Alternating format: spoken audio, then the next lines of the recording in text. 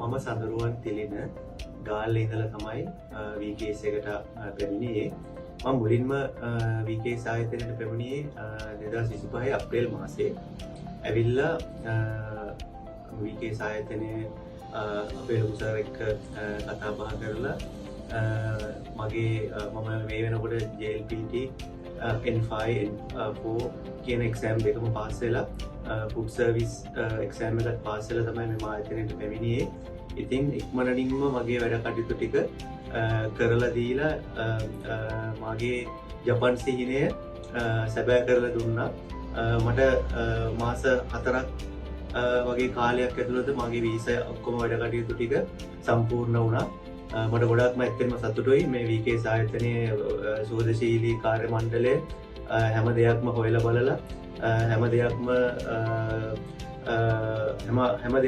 කියන්නේ අපේ වීසා එක එනකම්ම අපිට අපේ අඩුපාඩු හදලා අපිට ජපන් දැනුම ඒ අවශ්‍ය හැම දෙයක්ම අපිට කියා දීලා අපිව සම්පූර්ණම කියන්නේ ජපානයට යනකොට අත්දැකීම් ගොඩාක් අත්දැකීම් එක්ක තමයි දැන් අපි යන්නේ.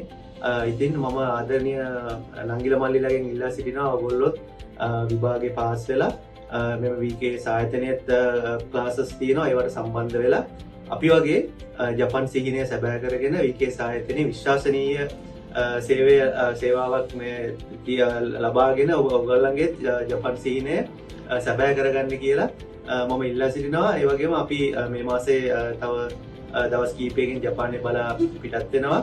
ඉතින් ඇත්තටම ගොඩක් සතුටුයි. VKS ආයතනය කියන්නේ ඇත්තටම ළමයින්ගේ ජපන් හීනය සැබෑ කරගන්න පාර කපන ස්ථානයක්. ඒ නිසා ඔයගොල්ලොත් ඇවිල්ලා VKS ආයතනය සමග සම්බන්ධ වෙලා ඔයගොල්ලෝගේ ජපන් හීනය සැබෑ කරගන්න කියලා ඉල්ලා සිටිනවා.